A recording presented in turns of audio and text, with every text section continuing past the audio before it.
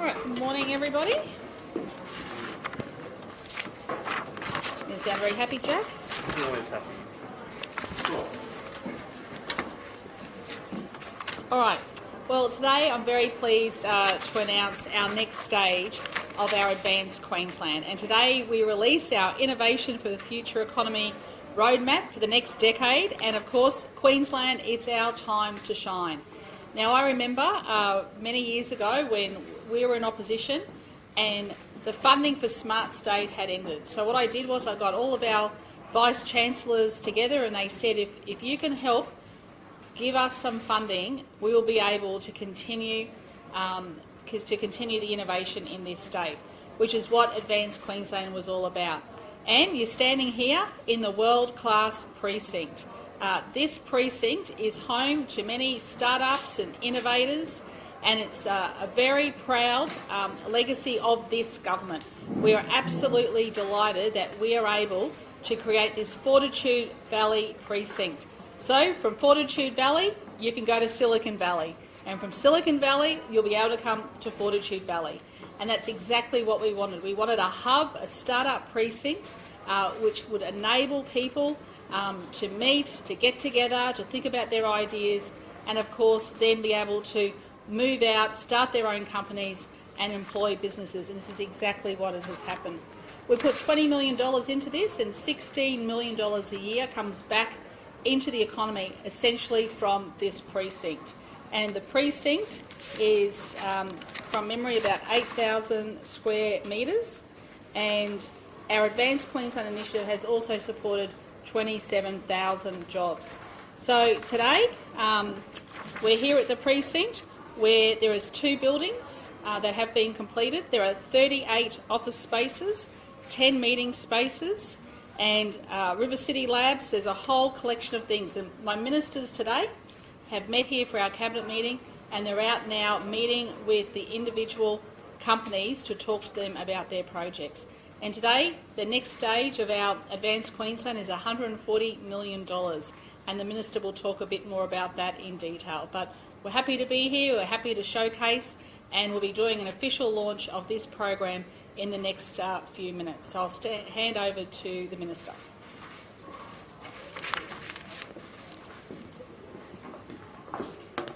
Thank you, Premier, and it's great to be able to join you and Minister Grace and indeed the Queensland Chief Entrepreneur Wayne Gerard here at the precinct to be here at the start of what is one of the most exciting decades in the whole of the state's 163-year history.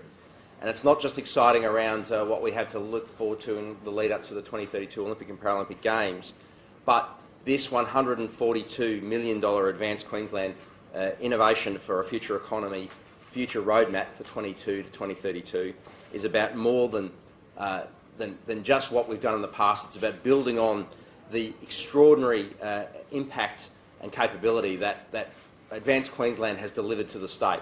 It's built on, as the Premier said, the Smart State that was laid the groundwork for changing the nature of our economic profile, but has seen the development of an extraordinary amount of startups and scale-ups and innovators, a network of them right across the state, playing off and using the capability of our innovation precincts like the precinct here, but a number of other hubs right across not just the southeast but across regional Queensland as well. There'll be $125.2 million of this funding that's flagged today is focused on innovation initiatives and builds on our job supporting Advance Queensland program. There's a further $17 million which is focused on the science and research side of the Advance Queensland story.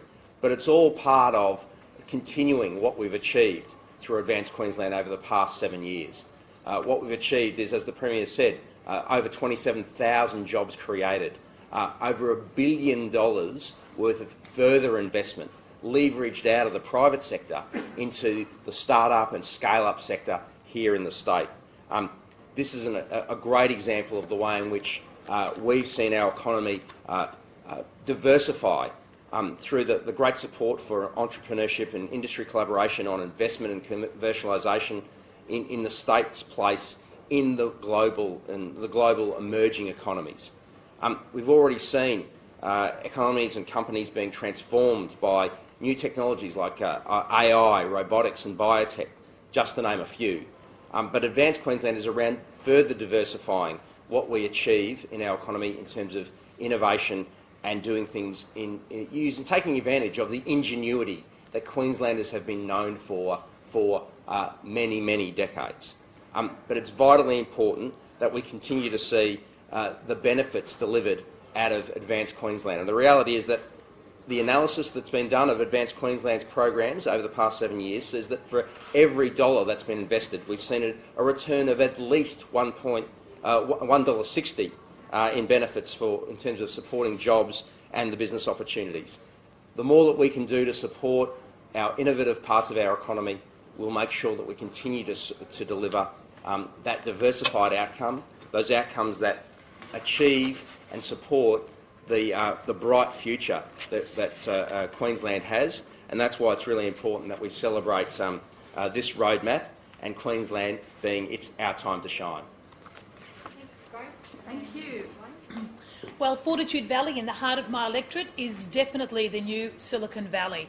And this investment in this hub here right on the mall at Fortitude Valley is certainly kicking goals. There are some businesses, not only in Fortitude Valley, but right around regional Queensland as well, that have benefited from the innovation that has come out of this hub. I went to John D. Warwick Meatworks just last week, where we saw the Queensland Copper Fibre provide internet services to that company that allowed them now to grow their export market in the fantastic beef that Queensland produces right here in the state. We've been to Schedulo, which is based in the Valley, that provided COVID-19 scheduling for California so that people could get their jabs. And we've been to Vold with the Premier and the Minister only a couple of weeks ago, which is leading the technology for athletics and, of course, physiotherapy right here at Newstead, growing from 2 people around a kitchen table to 177 staff worldwide. This is a fantastic hub. We know there are some great innovators coming out of the Advance Queensland Fund we have here in Queensland. I am always surprised and amazed of what comes out of these premises, and I'm sure, just like the Chief Entrepreneur is, Wayne Gerard. Wayne, over to you. Thanks very much, Minister. G'day everyone. It's super great to be here as Queensland's Chief Entrepreneur. For the last 12 months, I've been really focused on working with the government, and the government has really, it's awesome, Premier, the foresight you displayed when you came into power to basically invest in innovation, to help us diversify our economy, to create jobs for our kids, right, and their kids, to build businesses that our kids want to work in. So for us, and for me as Chief Entrepreneur, I'm really focused on how do we make Queensland the builders of innovation, not the buyers of someone else's innovation. How do we make sure that we're solving the most important problems for our state, for our country, and globally here in Queensland, building amazing products, services, companies and jobs. And we're doing that, and you're in the heart of it right here. I'm so excited about the number of companies that literally got their first idea sitting here. And over the last 7 or 8 years, the lessons that we've been able to share between founders and entrepreneurs, between businesses, that has genuinely accelerated our ability to create new businesses here in Queensland. We've brought some of the best talent in the world back to Queensland. We've attracted them back here because of the investment in Advance Queensland. And going forward, Advance Queensland is going to continue to make Queensland a really, really attractive place for entrepreneurs, for investors, for researchers to come and locate themselves, to create businesses, to create jobs, and to create a future for our kids. So that's why I do this, right, as a volunteer, because I'm passionate about the opportunity we have for Queensland, and I'm passionate about the opportunity that places like the Precinct here and the regional hubs provide for everyday Queenslanders. Thank you. When people hear the word innovation, some people don't really know what it means. Can you just explain, I guess, like the... Innovation means jobs. This is about how we can do things smarter in our state. For example, we've got a company up in Bowen, Mardo's Mangoes, that are using technology That means it's easier for them to identify export quality mangoes that can go overseas. It means gaming companies moving here to Queensland, setting up the new industries. We talk about this 10-year of the green and gold runway leading up until the Olympics. Well, Advance Queensland is absolutely part of that. And there are so many startups here. Queensland is now the second startup capital in the nation, and I want to see it number one. Premier, Oh, the Minister just went through that, but he can go through that again with you. Yep. So it goes into the continuation of the programs that we've seen with Advance Queensland, with like our Ignite funds. That, for instance, Minister Grace mentioned Vold earlier. Vold's first start into becoming the company that they are now, going from that two people sitting around a kitchen table to being a 177 strong globally. That started with the Ignite Ideas grant from the Advance Queensland program. They are one of many hundreds of companies that have had their kickstart to be able to take an idea and get it to the point where they're more than just a startup and they're moving on to that space of being a scale-up to create the opportunities. That's one of a number of programs, including programs like Female Founders that help support and encourage women in the space. The programs that we have around supporting First Nations startups. There's a range of programs that we have right across the state, as well as supporting the precincts and places, those hubs that make a huge difference in this space. And as I say further, that there's that further element of funding that's actually administered out of the Department of Environment and Science, which focuses very clearly on continuing to support the great work that our universities do in this space as well. Do you think Advance Queensland is continuing the legacy, I guess, of the BB and Bligh governments with the Smart State? Yeah, I'll explain that. Yeah, look, there is no doubt that the Smart State was the start of the building blocks, and now we are adding layers upon that. And Advance Queensland is about taking Queensland to that next level.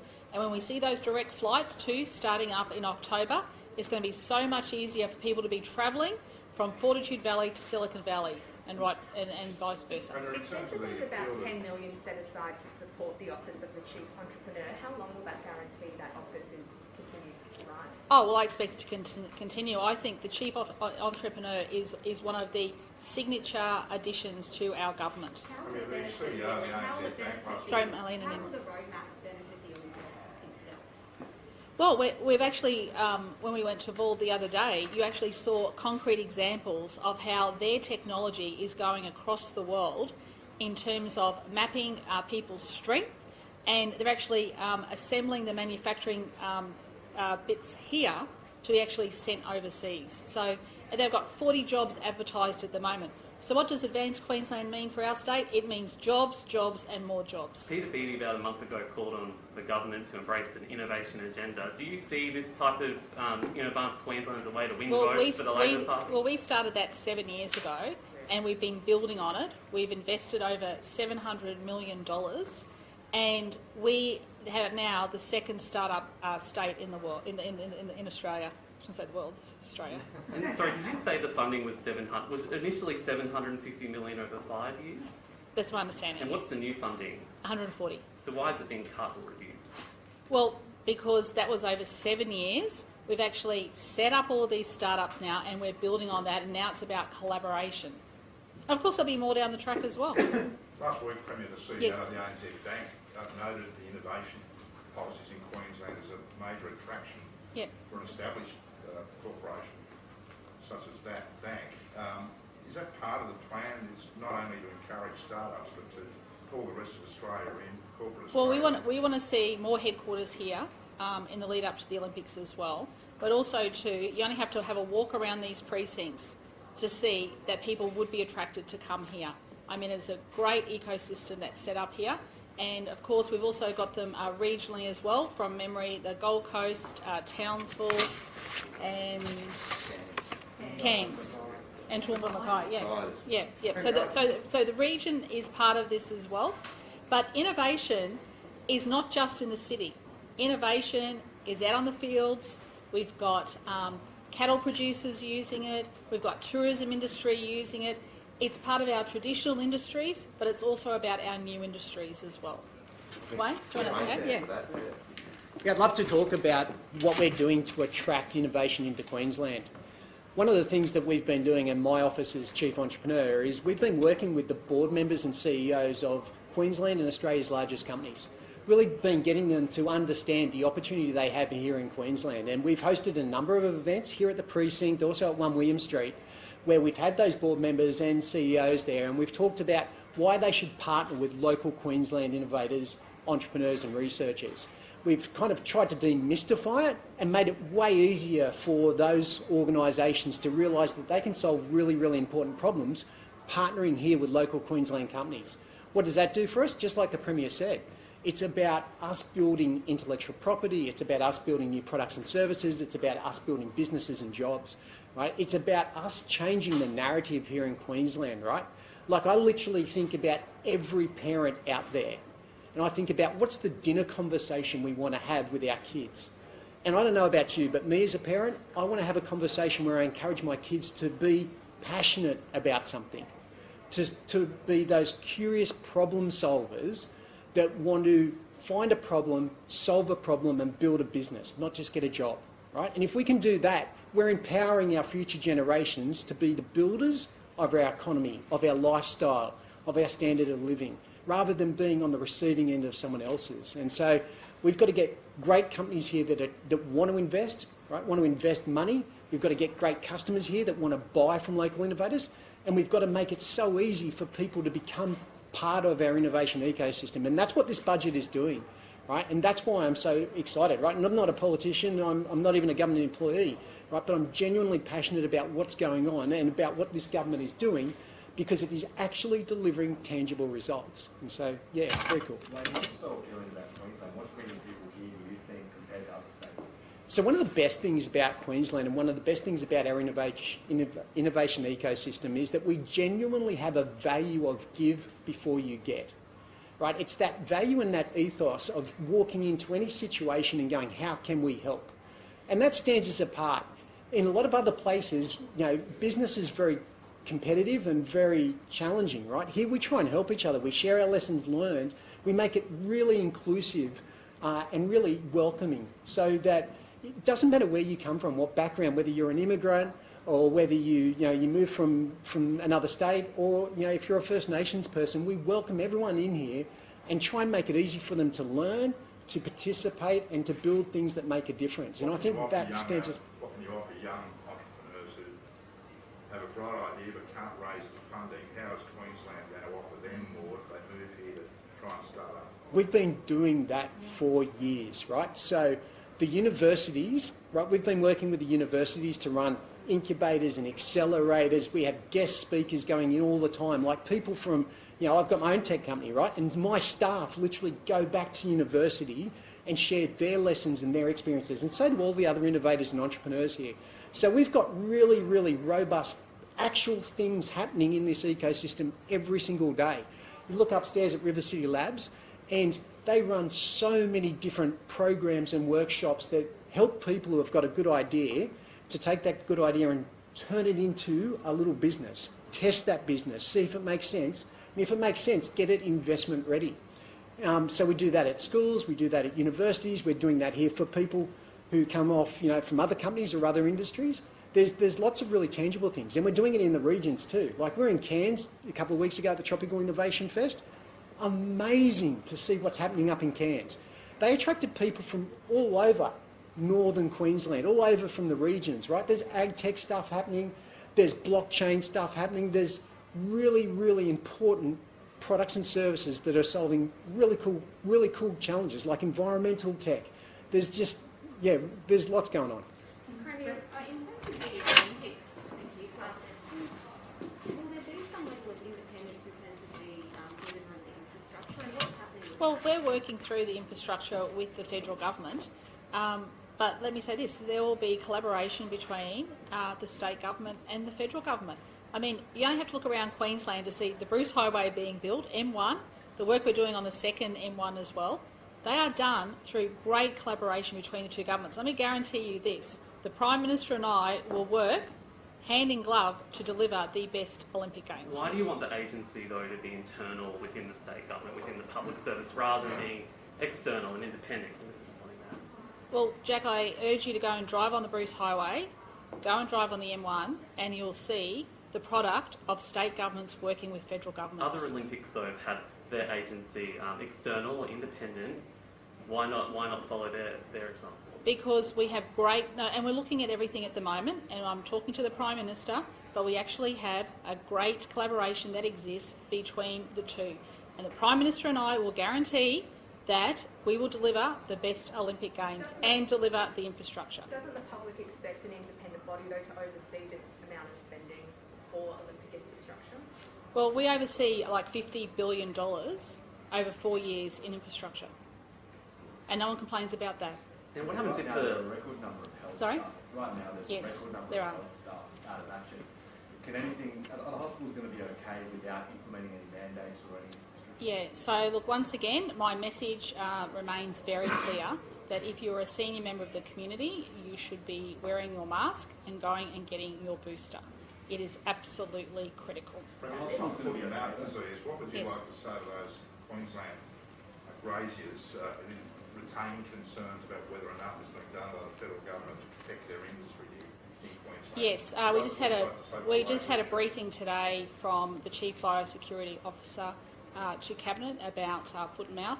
There is great collaboration happening with the federal government, and this is a very serious issue. The industry are telling us it's a serious issue, and we're responding to that as well. And I can assure Queenslanders and our producers out there that we are actually working very closely with the federal government. Do you think the border closure is necessary? I think that people should give serious consideration to if they are going to go to a mass gathering like the ECA, if they're a senior, that if they hadn't had their booster, I would seriously think about not going. What more can be done to boost vaccination rates of over 65 given two-thirds still don't have it? I think everyone out there should be urging our senior members in our community to go and get their booster. So look, my mother just said to me over the weekend, should she go to the ECA? And she's gone every year, and she's worked with the quilts and everything like that, putting the quilts up. And my advice to her is she's had her booster, and she'll wear a mask. And that's the same advice I'm giving to everybody else. The ADF is staying longer in thank you. That's a very, very good point. It's great to hear the news coming out of Canberra that the ADF will continue to be in our nursing homes. I think that's absolutely critical, and I think the Aged Care Minister has acted very quickly and very decisively. Premier, there are still no foot mats at Brisbane Airport. Is that concerning? Sorry? There are still no foot mats at Brisbane Airport just to prevent the amount of things getting in. Is that concerning given the major role Queensland plays in beef production? Yeah, well, it's not just travellers coming in. It's actually goods coming into the country as well, and mail. So I understand that surveillance there has actually increased. Last one, you've got to go. Story up about child abuser Stephen McLaughlin, who was the former principal of Nudgee. Will your government be opening an investigation into how Mr McLaughlin was able to be used by the Department of Family Services as a foster carer? I think it's best to put it to the Minister. And would you be directing the Attorney General as to why the DPP dropped some? I don't direct the Attorney General in terms of matters with DPP, nor should I. Yeah. Okay. Thanks, everyone. Can I wish the Premier a very happy birthday? Thanks.